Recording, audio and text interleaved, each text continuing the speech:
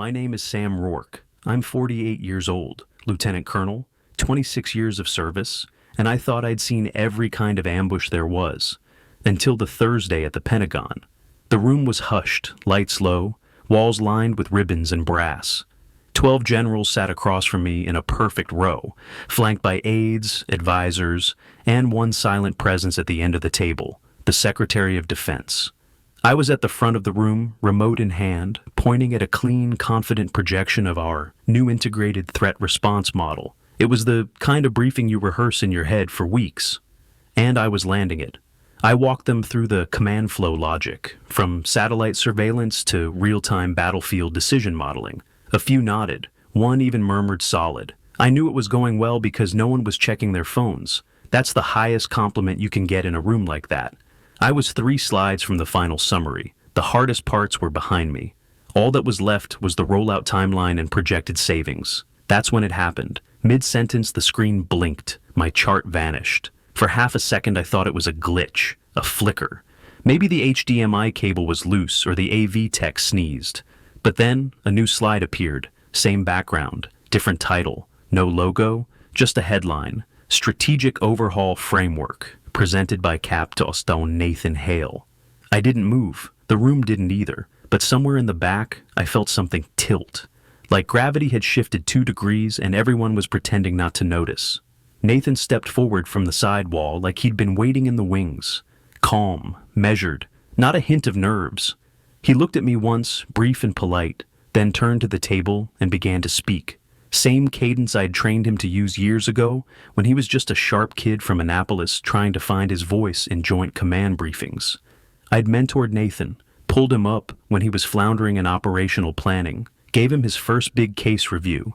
He used to text me at 2 a.m., asking for articles, suggestions, and simulation notes. I showed him the model we built, the one now being overwritten right in front of me. He didn't acknowledge the changeover, didn't say thank you, just launched into his version of a strategy presentation.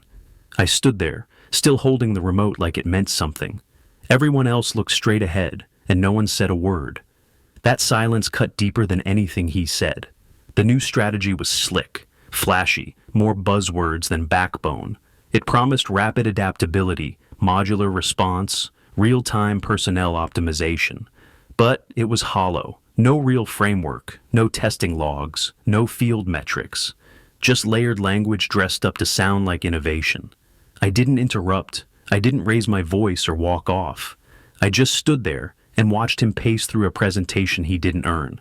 My face was blank, but inside, every nerve was burning. I'd given this kid everything I had, and now he was using it to bury me.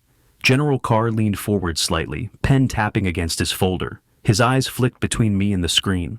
I caught a brief flicker of confusion, or maybe calculation, the kind that comes right before someone decides whether to speak up or stay quiet.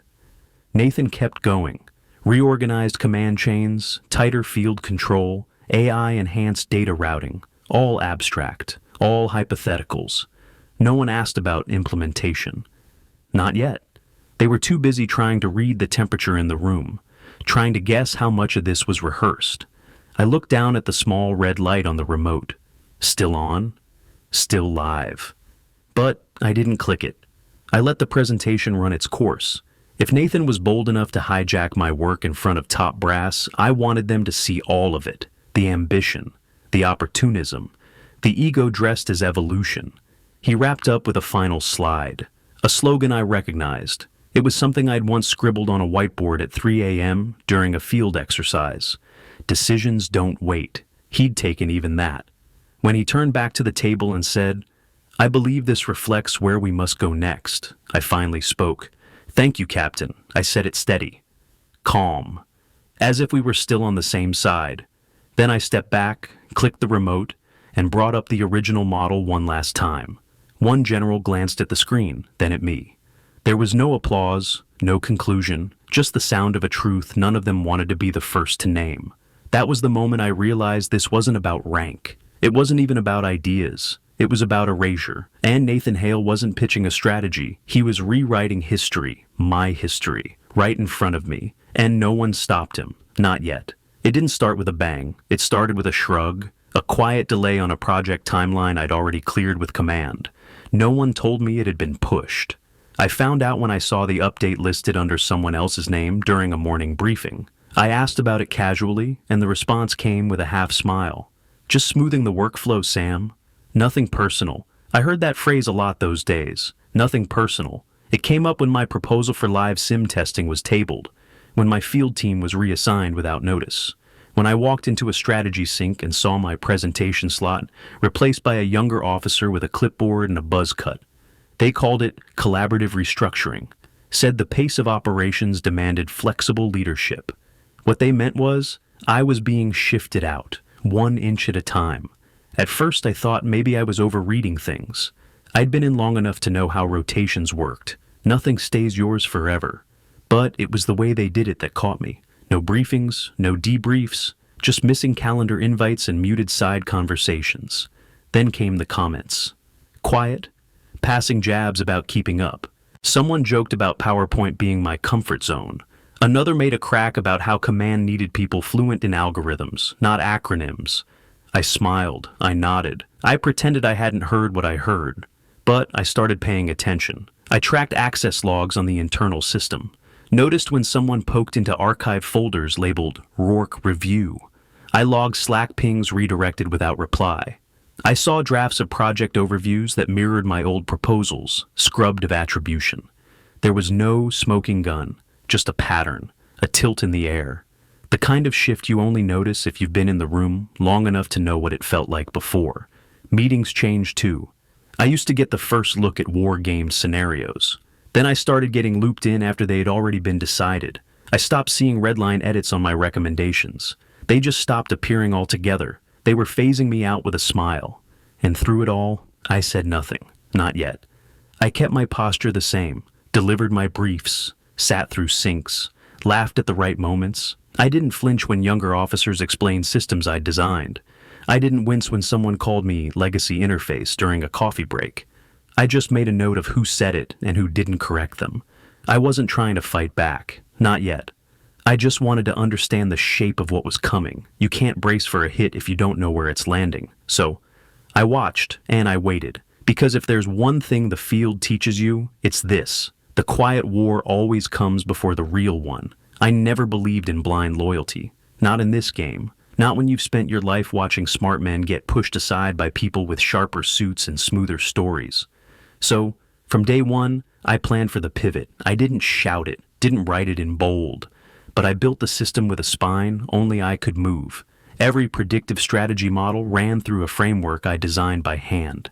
Each layer carried my signature embedded deep in the structure, not visible to the eye, but clear as day in metadata. More than just design, I made it legal. I worked with a private defense attorney after hours, someone I trusted. We drafted a clause that was tucked into the original authorship agreement. Nothing flashy. Just enough language to confirm sole ownership of the integrated predictive logic tree and its real-time adaptive simulations. It said any operational transfer required direct approval from the primary architect. That architect was me. It wasn't transferable, not even to senior command without sign-off. The clause sat quietly in the back pages of the system archive, right between deployment logs and the data compression specs. Everyone signed off without a second glance, because at the time, I was still the guy they trusted.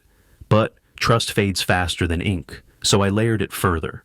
Access to the simulation backend ran on triple factor. Verification, my badge, my biometric, my secondary offline token. No exceptions, no overrides. I didn't even store the token anywhere near the system. It stayed in a sealed drive in a safe bolted beneath the floorboards of my home study. And the models, the real engine, they were versioned and shadowed. What others saw was a mirrored sandbox, good enough to test, never the real thing. That lived in encrypted form, locked behind layers most people didn't even know existed. Some would call that paranoia. I call it experience. Because over time, I watched the signs. My code got rebranded, my methods repackaged, and I knew someday someone would try to hand off what I'd built, like it came from a team, not a mind. So I kept the kill switch close. I logged every modification, every request, every ping. quiet, invisible paper trails leading right back to me. It wasn't about ego. It was about control. Because when the pivot came, and I knew it wouldn't be the loud moments that mattered. It would be the quiet ones, the clauses, the keystrokes, the ones no one noticed until it was too late. I didn't need to outshine anyone. I just needed to outlast them. And that clause, buried deep in digital ink, was never about revenge. It was about insurance. The kind that doesn't pay out with dollars. The kind that burns cleaner and lasts longer. The room was silent in that sharp way that only happens when something unnatural has just taken place. 12 generals sat frozen. The Secretary of Defense stared ahead with a face trained not to show confusion. The broadcast was still live. I stood at the center, hands at my sides, watching the man who used to salute when I entered a room step forward and read from a prepared statement.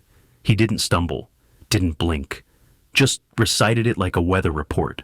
Effective immediately, Lieutenant Colonel Sam Rourke would be transitioning into retirement. There were no thanks for service, no medals, no handshake, just that sterile word, transitioning. Like I was a spreadsheet entry being archived. My folder was still open on the podium. I closed it slowly, not for drama, but because I refused to let my hand shake. I turned, nodded once to no one in particular, and walked out. Behind me, the room didn't move. Not one paper shuffled, not one cough, just the hum of the cameras capturing every second. I didn't need to say anything, because I knew something no one else in that room did. The claws had just detonated, not in smoke or fire, but in silence. Legal silence, binding, cold, and exact. The moment he spoke those words into a live Pentagon session, witnessed by officers, captured by media feeds, the contingency kicked in. My name wasn't just tied to the model. It was laced into the conditions of its use. No Rourke, no deployment. And without deployment, the entire next phase funding structure lost its legs. I didn't rush, I didn't flinch. My boots hit the marble floor with a deliberate rhythm. I walked past aides, guards, young officers watching with uncertain eyes. Some nodded, most didn't know what to do. No one stopped me. Outside, the late afternoon light hit hard. The air tasted like copper and cold concrete. I kept walking. At the corner, I pulled out my phone and tapped one message to my attorney. Just one line. Clause is active. That was all she needed. By the time I reached the street, I already had a reply. Her team was on it. The model licenses, the IP trail, the deployment locks. All of it would activate within the hour.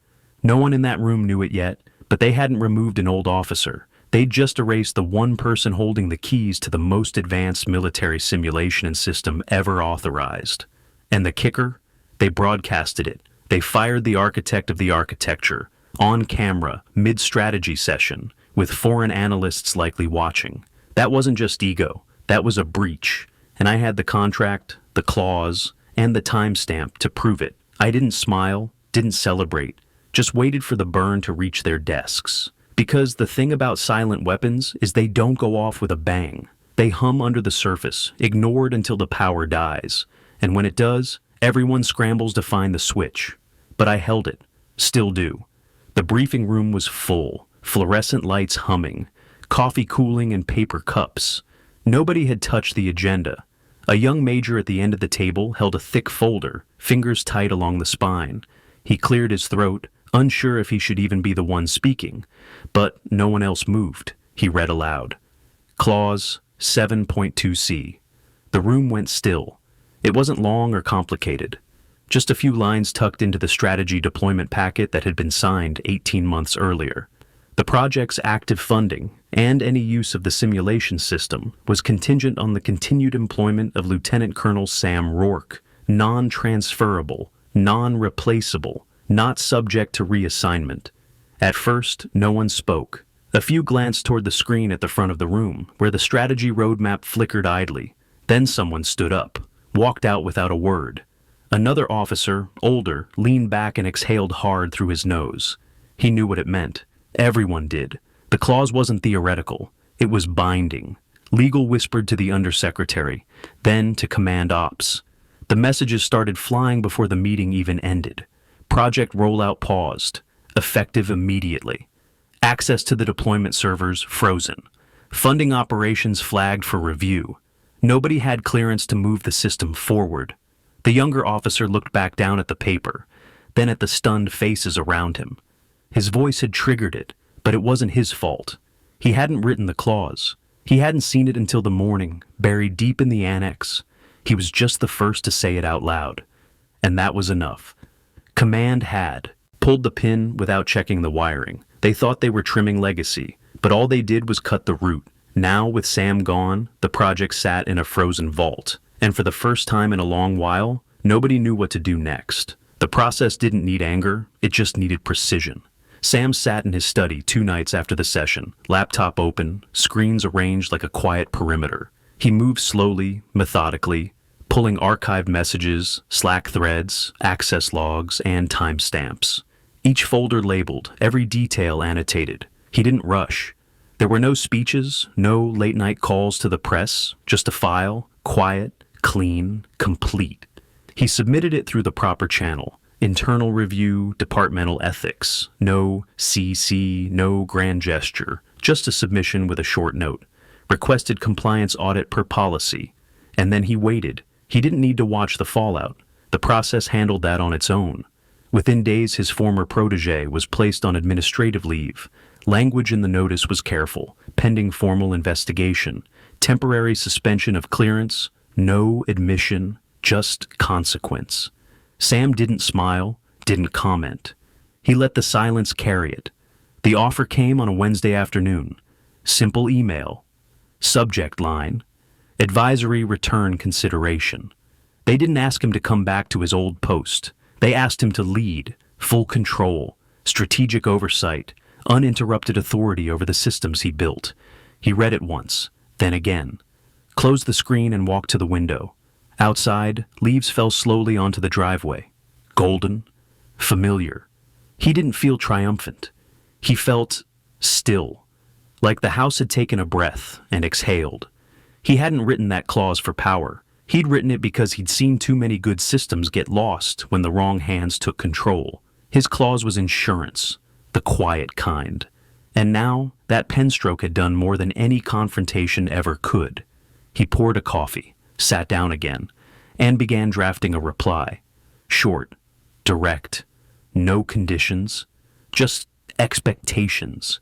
If he was coming back, it was going to be built right this time. Clean, clear, no performance theater, no more shadows, just work. Sam returned to the Pentagon with little fanfare. No banners, no speeches, just a clean badge and a quiet nod at the security gate. He walked the same halls, past the same portraits, but something felt different.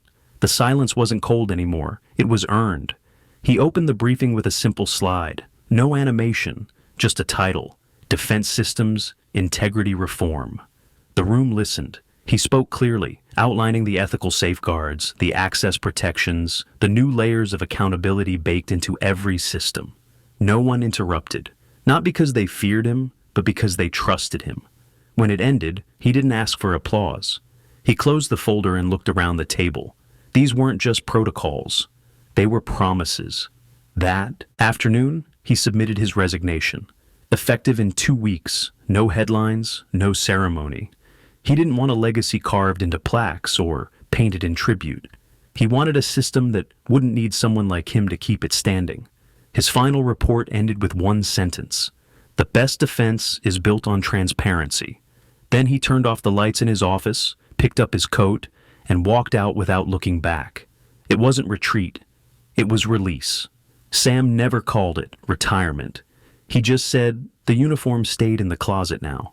But most days, by 8 sharp, he was in the classroom at the academy, a marker in hand, sleeves rolled, voice steady. He taught systems integrity, strategic ethics, and leadership resilience. Some cadets rolled their eyes at the dry slides, but they listened when he spoke, not because he was loud, but because he meant every word. He didn't talk about his Pentagon days unless someone asked. And even then, he kept it brief, not out of secrecy, but because he didn't need to be the center of the room anymore. His satisfaction came in quieter moments. A cadet refining a risk model until midnight. A second-year running drills with more focus than flash. A quiet apology between teammates after a botched group project. Some days he missed the edge of operations, the adrenaline, the stakes. But those feelings passed quickly, replaced by something deeper. The sense that this shaping minds instead of missions, mattered just as much. One afternoon, after a long seminar on operational transparency, a young officer lingered behind. He looked unsure, fidgeted with his notebook, then finally said it. He didn't want to be the kind of leader people clapped for. He wanted to be the one people trusted when no one was watching. Sam didn't say much, he just nodded once. That was enough. Later that night, as the campus lights blinked across the lawn, Sam sat on a bench outside the hall. The air was cool, still. He thought about the systems he built, the crises he endured, and the silence he chose when it would have been easier to shout. He realized then legacy wasn't about the impact you broadcast. It was about the principles you leave in people's hands, and those never expired.